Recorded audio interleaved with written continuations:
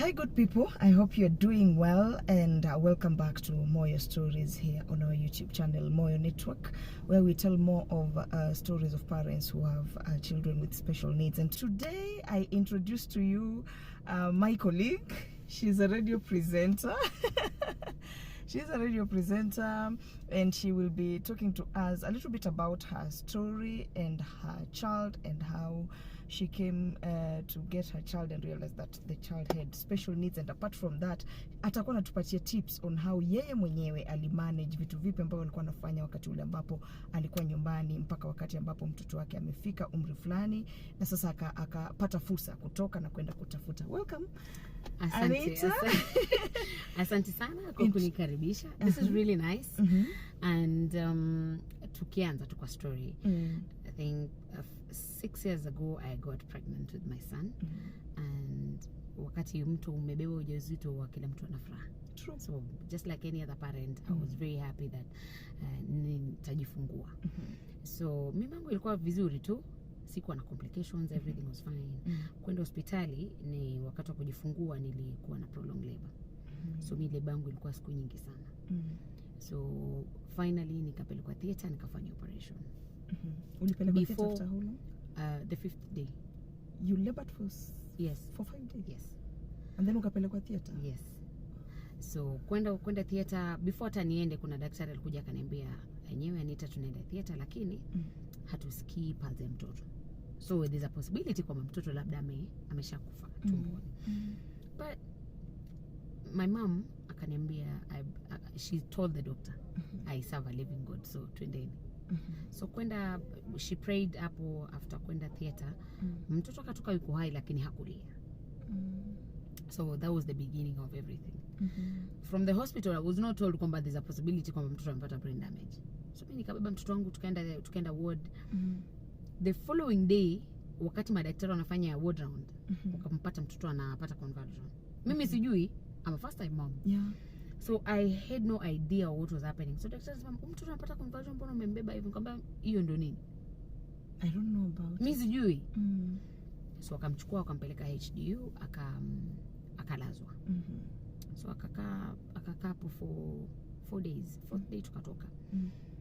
Kwenda nyumbani mtoto amezaliwa na normal head. 2 months later my son's head inakuwa ndogo, ilikuwa inatoshana hivi. Kichwa cha mtoto wa miaka 2 kichwa ni kidogo hivi. So ilikuwa inapunguka? Ilikuwa inapungua. Kichwa cha mtoto kilikuwa kinakuwa kidogo every day. So nikaenda hospitali wananiambia it's normal, kitarudi tu sawa. But now nashindwa mtoto wangu miezi 2 mtoto hacheki, hasmile, afanye chochote.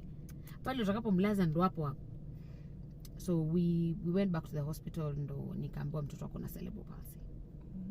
So cerebral palsy now sikuwa najua hiyo hata ni nini. But nikapata mtu akanielezea, so I started doing my research, nikaanza therapy na mtoto.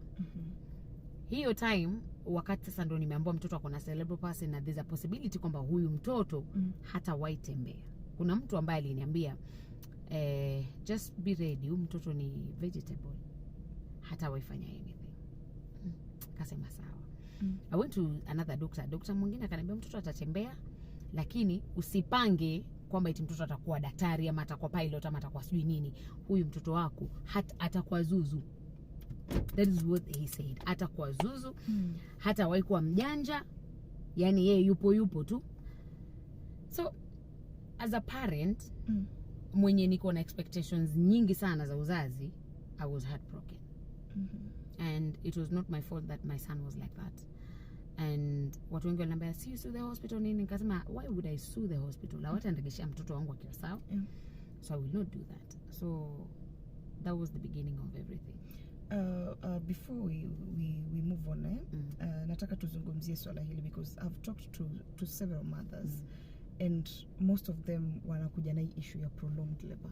Yes. Kwamba nilikuwa na labor, a prolonged labor, alafu ikakuja ikapatikana kwamba mtoto wangu ako na cerebral palsy ama another condition that came up. How can you talk about it pale hospitalini when doctors see that maybe kuna issue lakini wanakuacha you have that, like for you for 5 days surely, alafu unapelekwa theater? Madaktari wengi huwa wanaangalia watu kwa urefu na upana. Mtu anakuambia au msichana ni mrefu anaweza njia itafunguka.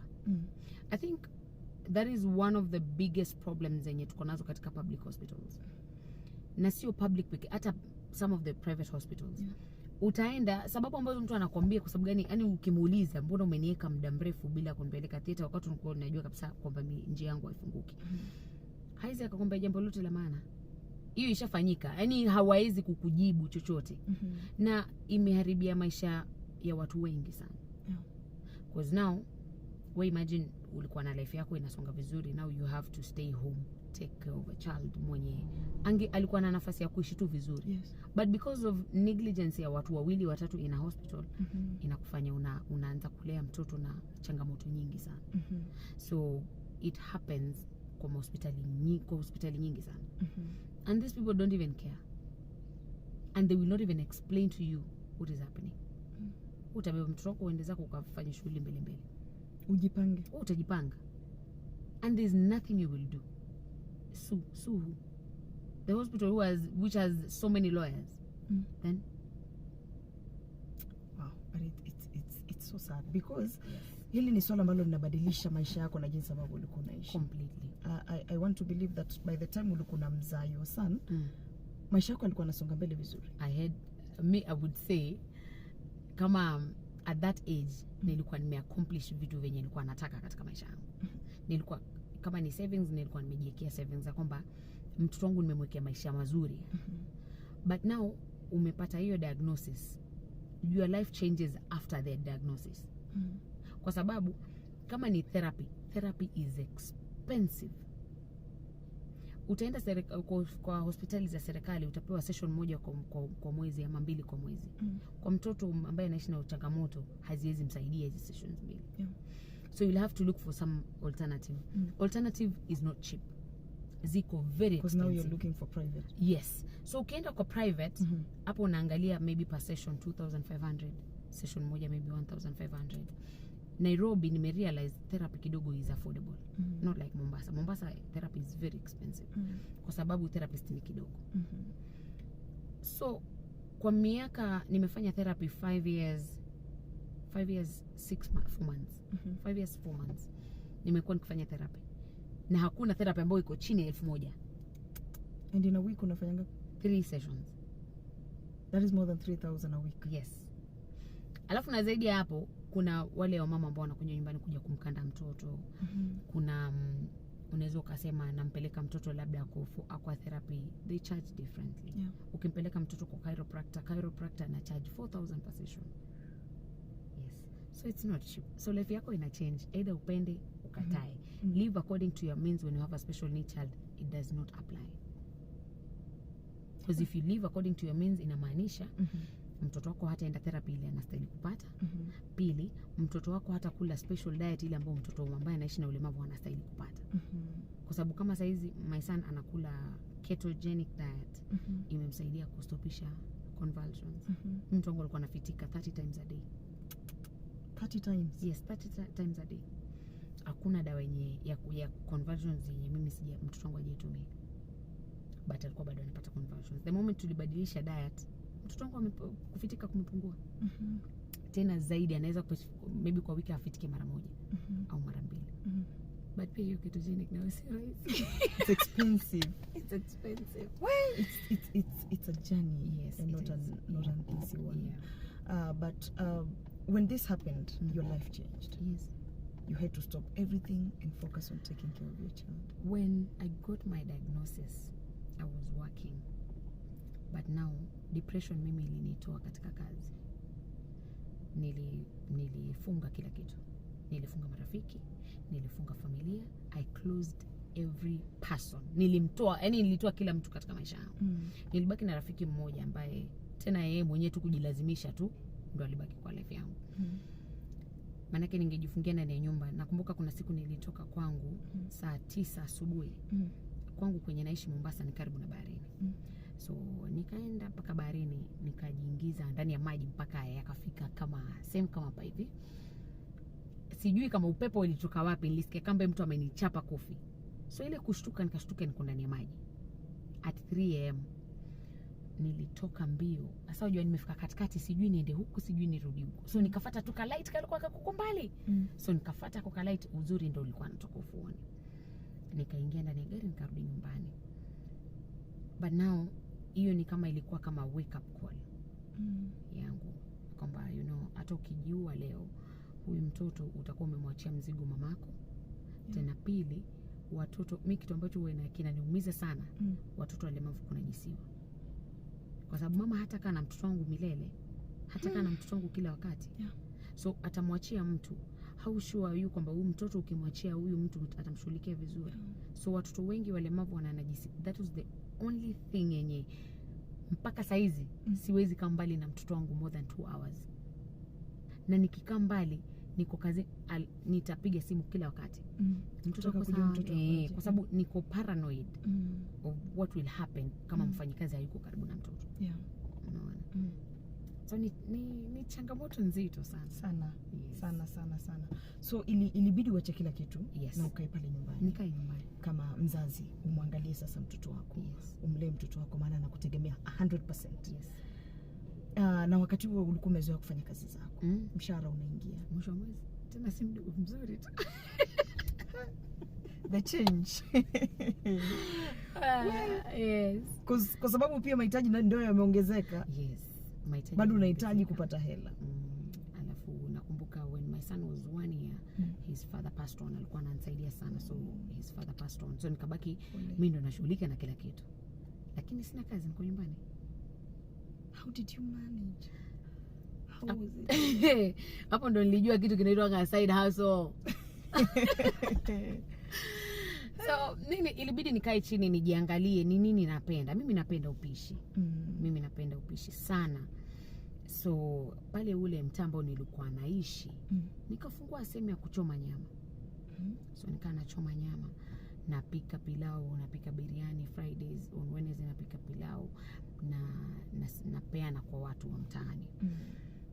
Mtu kama anataka oda ya kupikiwa samaki, kwa sababu naishi karibu na baharini, naitisha samaki, naja nachoma, anapika na deliver. So nikapata oda kadhaa za maofisi, banks zenye zilikuwa kwa karibu na mimi, nikawa napeana chakula. And then kitu kingine ambayo ilikuja pia nikasema naweza nikajaribu kufanya, nilianza kutrain dadangu mdogo kushona.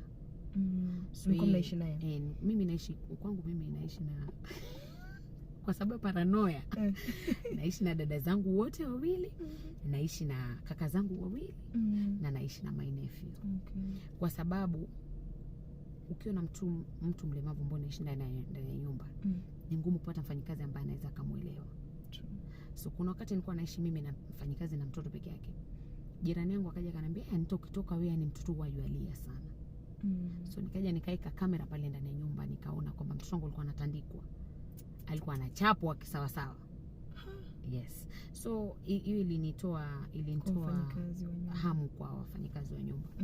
So nikaleta familia yangu, nikaa tunaishi nao pale. Afadhali nipate gharama za kuishi na familia, lakini nijue mtoto wangu yuko sawa. So familia nayo iko pale, ni kubwa, inataka kula kila kitu. So nikaanza kumfundisha dadangu mdogo kushona. So anashona sweta, anauza, anashona nguo hizi, anauza. Hiyo inampatia kipato yeye. In a way inanipunguzia gharama mimi. Unaona? So unatoa mzigo indirect, ambapo mtu mwingine kama unaishi na familia, train wale watu ambao unaishi nao wajitegemee. Kufanya kitu ili wajitegemee. Upunguze wasikutegemee wewe. So wewe provide materials ili wewe wao wajitegemee. So hiyo ilinisaidia sana, maana hata majukumu ya mamangu yeye ndo alikuwa anasimamia. Kujilipia school fees alikuwa anajilipia mwenyewe, kwa sababu nilikuwa nimemempower ya kutosha. So utakuwa una pesa kwa sababu gani? Na kila kitu cha kufanya hapo kuna nacho.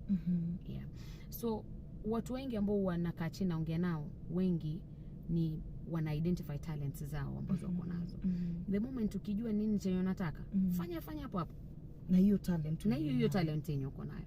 So hiyo ndio ilinifanya mimi nika survive mpaka nika manage mpaka kitambo nirudi kazi. Sababu nilikaa nyumbani 3 years, kitambo nije niingie kazi. Kurudi kazi tena.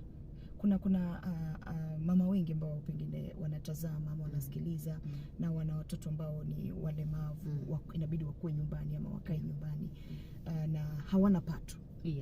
So unabidi pengine wanategemea waume zao, na pengine yule mwanaume pengine pia ana kipato kikubwa, yes. Ama wanategemea kutafuta kuomba huku na kule. Unaweza ukawaambia vipi? Huwa mtu ukiwa nyumbani uko na muda mwingi sana. You have a lot of time. Amka, fanya kazi zako za nyumba, tayarisha mtoto wako, mweke hapo kwenye unamweka, kama ni therapy mfanyie therapy, ukimaliza. Kaa chini, wewe jiangalie ni nini chenye unaweza kufanya hapo nyumbani. Jana kuna time ulikuwa unafanya interview ya life coach. Alizungumzia kitu ambacho watu wengi hawapendi kukitumia, lakini ni kitu cha maana sana. Use chenye uko nacho kukuletea kipato. Yes. Kama ni muda uko nao, utumie huo muda kukuletea kipato. Pale majirani zako pale kuna watu ambao kuna watoto. Yes. Hawana wafanyikazi. Stay with them ule muda ambao wameenda kazi. Watakupatia chakula cha kuwalisha wale watoto. Yes. Watakulipa shilingi 100 ama 200 kwa siku. Yes. But kaa nao pale nyumbani. Chenye mimi nilikuwa nafanya, nilichukua watoto walemavu wengine pale mtaani.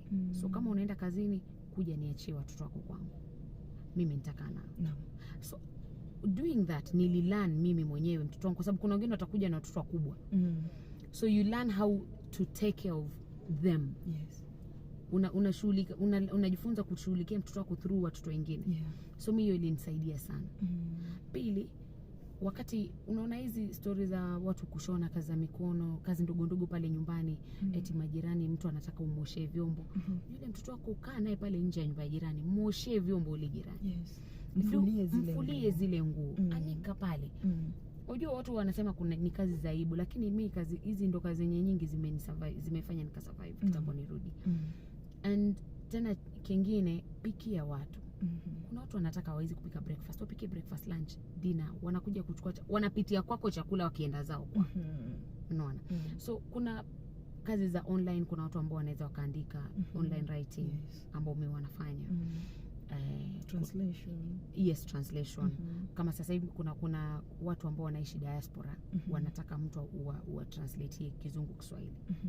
Una translate Kiswahili Kizungu, una translate. Na wanalipa pesa nzuri kwa sababu unalipwa kwa maybe number of words ama paragraphs, ama per pages. Na inaweza ikakusaidia ukajisimamia kimaisha. True. Alafu chengine ni kwamba watu wengi wanakosa kuelewa kwamba wazazi ambao wanaishi na watoto walemavu, hasa wanawake, huwa wamepoteza tamaa kwa mambo mengi. Depression na mtu ambaye anaishi na mtoto mlemavu ni vitu vile vinaendana karibu sana. So if your family is not supportive enough, unakosa nguvu za kuendelea. That way unapata mtu labda ana commit suicide, unapata mtoto amejiua yeye na amemuua na mtoto. Unaona, kwa sababu anaona ni kama hakuna chengine cha kufanya mbali Mungu amenifunga, hii ni laana. Unaona? Hiyo si laana. Then plus stigma. The moment you accept condition ya mtoto, hautawahi lala njaa, masi I'm telling you. Mtaa wako watu watasema wewe uko na majini. Hautawahi lala njaa. I think niliteseka the first few months ambazo nilikuwa sijakubali. Mimi sikuwa ikubali kwamba mtoto wangu ni mlemavu. Mwanzo nilikuwa nasema mtoto nimepewa, si mtoto wangu. Basi ukimwangalia mtoto, umwangalie babake, alafu niangalie mimi, hivi ni wako kabisa. Mtoto ni wako. So the moment nilitoka baharini saa 9 asubuhi, and I came back na nikakubali kwamba this is how my son is. Everything changed. So kila kitu kilibali kwamba mtoto wangu katika hii hali. Yani wewe kubali. Mtu anakuambia unapeleka mtoto therapy kwa sababu hujakubali kwamba mtoto ni mlemavu. Unampeleka mtoto therapy kwa sababu unataka kuwa independent. Yes. Sio kwamba hujakubali. Peleka mtoto wako therapy, mpatie chakula kizuri, kaa naye vizuri. Usimfiche. Yes. The moment unaanza kumficha ule mtoto, Mwenyezi Mungu anaficha baraka zake kwako. Kwa sababu unamuonea haya. Hata Mwenyezi Mungu anasema usinionee haya. Kila mtu ameumbwa kwa mfano wake. Yeah, true. So the moment umekubali na unamtoa mtoto nje, believe me, neema zinakufuata zenyewe. You would not need to go and look for money. You will not look for any ile biashara ndogo yenye utaifanya pale nyumbani. You will be so surprised. Vilitaliuka. Yes. Wow. Kuna kitu kimoja a very sensitive issue ambayo umegusia kwamba au watoto walemavu huwa wanadhulumiwa? Yes.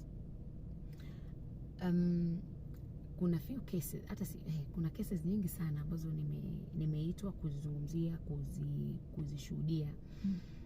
Watoto wengi wanakuwa sodomized sana.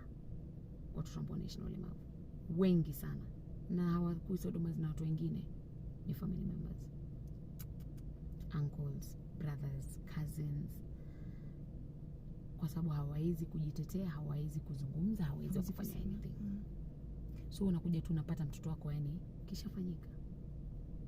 There was a child mwenye alipatikana kuna mimba, ameenda kuitafuta wapi kama mimba haikumfuata ndani ya nyumba, na hawezi kujitoa pale akasonga mahali. Ilimfuata alifuata wapi? Si alipata pale pale.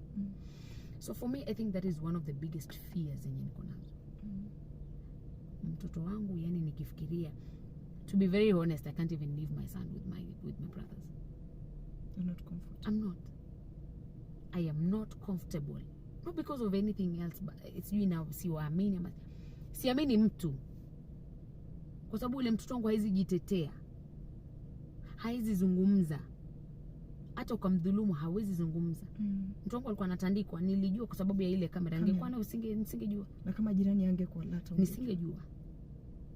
Unaona? So it's a very complicated situation yenye it needs a lot of maturity and grace from God for you to be able to handle it. But as a parent, usiwaachie mtoto wako strangers. Kana mtoto wako na mtoto. Wewe kana mtoto wako. Yani wewe kana mtoto. Mimi kitambo nipate ile courage ya kuacha mtoto nyumbani niende kazi, nirudi kazi. Ilinichukua muda mrefu sana. Muda mrefu sana. But nilisema nitakaa naye mpaka ile siku nitakuwa comfortable. Wow. Asante sana Anita. Karibu. You know, you're my colleague, mpaka nashindwa, okay, you've been through this and your strength, you're always bubbly. Ukikutana na mtu kitu cha kwanza utafanya ni kucheka. Pale ofisini hata hewani mtu akisikia sauti yako, you are always lively.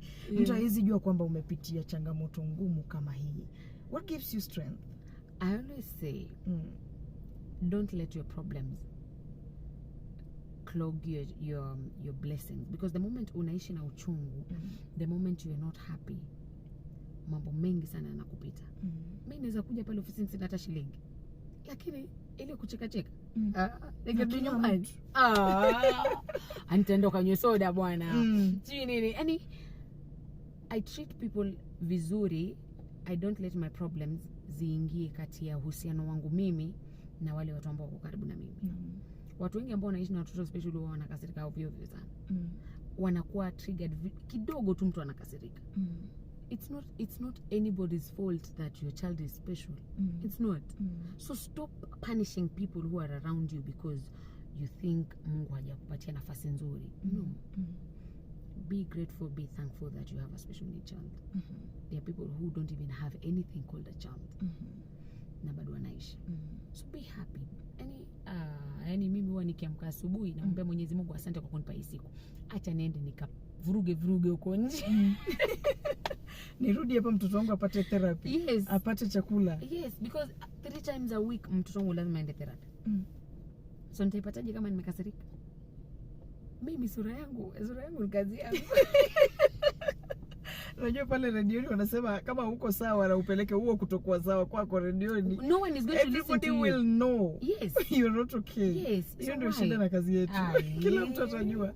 Hata kama ulikuwa unalia ukifika kwa mlango panguza machozi. Ingia kwa studio. Fanya kazi. Yaani mimi uchekeshe watu. Na hizo saa zingine nikakuja nikapark gari pale chini. Nikalia mwanzo. You know, crying is very normal to us. Yeah. Hakuna siku ambayo inaweza ikapita bila hujalia. Not because you're not happy with your life. It's either umeona mtoto wako amepata milestone, pili unaona mtoto wako hajaamka vizuri na hujui ufanye nini kwa sababu hujui hata yumo na nini. And tatu, you're so grateful to God that you don't believe kwamba utaona hii siku mtoto wako atakuwa hai siku. That you've made it this far. Yes, last week too, when my son came to Nairobi, he got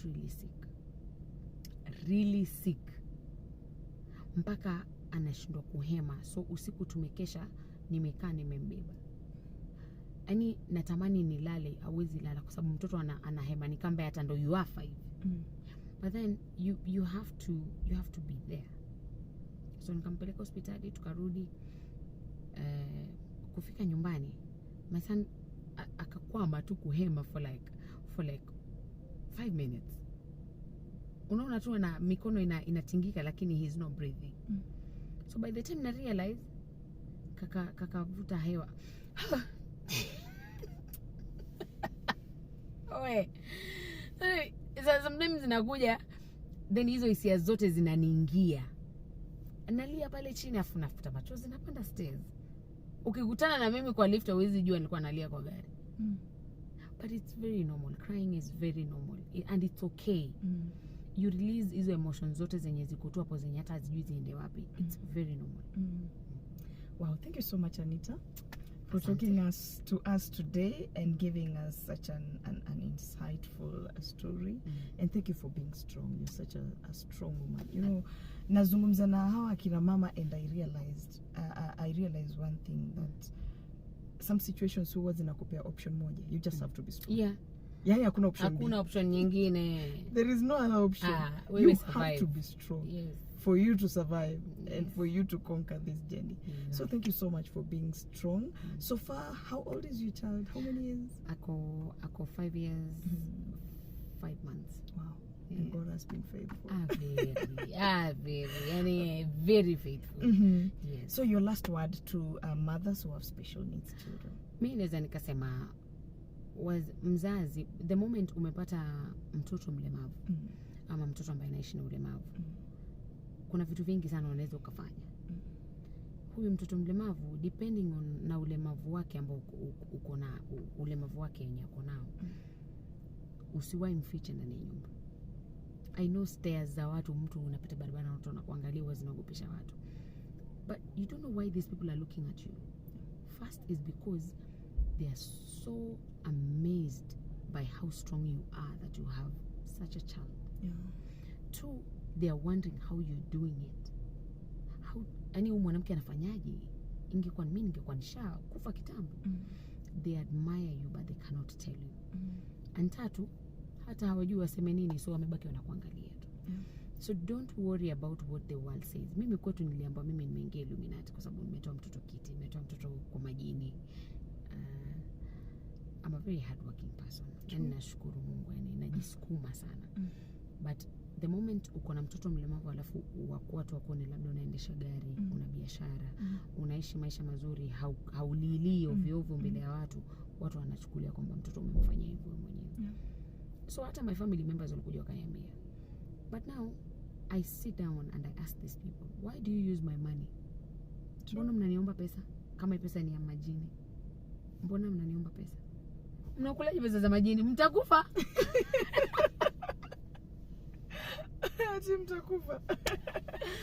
So don't worry about what people say about your child.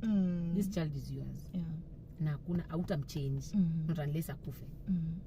And some of these kids live a very long life and some of them live a very short life. So ile time yenye Mungu amekupatia nayo na huyu mtoto, cherish it or else you'll regret it. Sana. Cherish every little moment yenye uko nayo. Wow, thank you so much for being here today. I don't even know what to say, but I'm so grateful. And thank you so much for that insightful session that you've given unto us. And I wish you all the best. Thank you very much. You and your son, may God shine his own light upon you and your lives. Amen. Thank you so much for watching this episode of Moyo Stories. My name is Masimbone. See you again next time. God bless you.